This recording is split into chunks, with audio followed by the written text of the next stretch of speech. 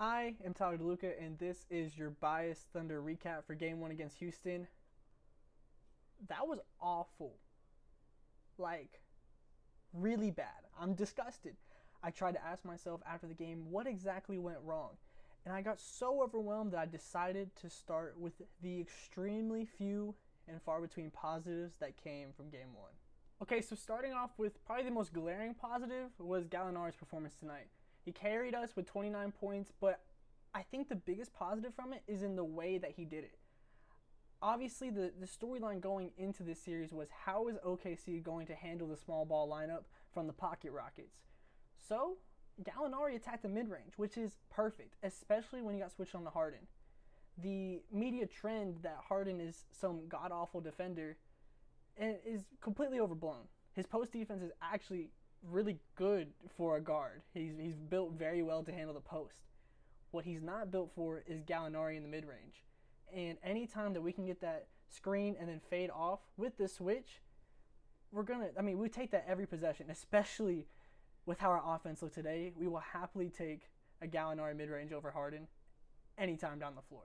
So, like I said, the positives are extremely few and far between from Game 1.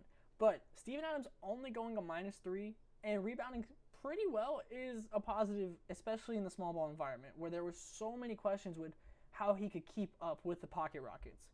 So when you look at it, there was some defensive rotations that did get stuck because Steven Adams was slow to rotate. There was several times where he sagged off his defender trying to maintain the post presence.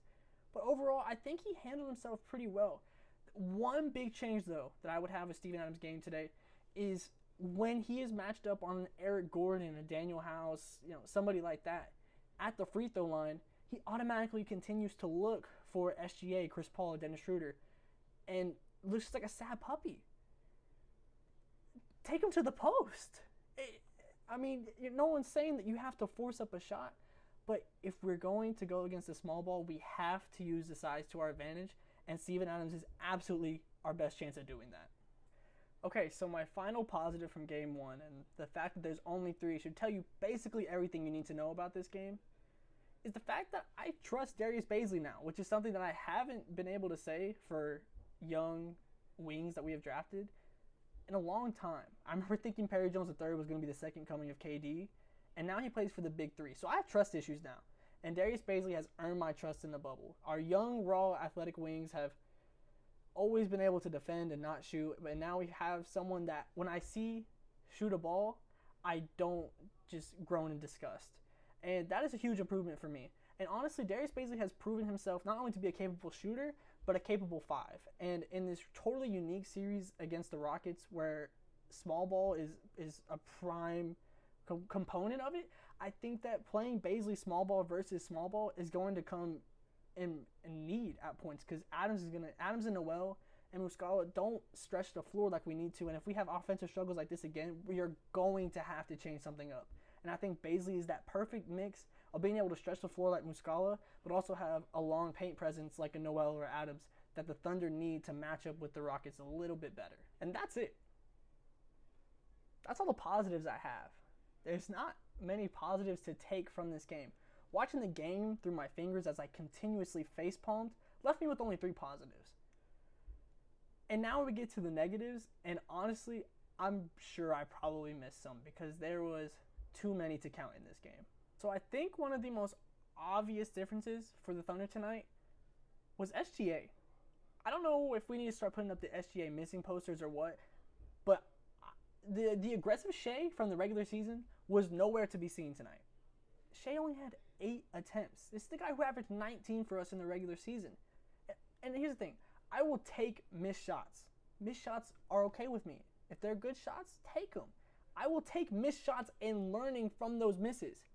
Not shooting as a young guard in the playoffs in your first series that obviously he played with the Clippers, but as a true, real main component, even though I believe he started for them, you gotta take shots. And really, overall, aggressiveness felt like a problem tonight. You saw Schroeder hesitate a lot on shots that usually he would just pop up. And, it worked. The 3-guard lineup worked when we were being aggressive and pushing the pace, which is something I'll get to next. Shai has to maintain his aggressiveness or we literally stand zero chance against the Rockets in this series. Like I said, pace was a problem tonight. I don't expect us to be running up and down the floor for 48 minutes straight, especially when we have players like Adams and Gallinari who are on the slower side. But we missed so many opportunities to just apply a little bit of pressure. We allowed for the Rockets to get back on defense and get set so many times when we didn't necessarily have to.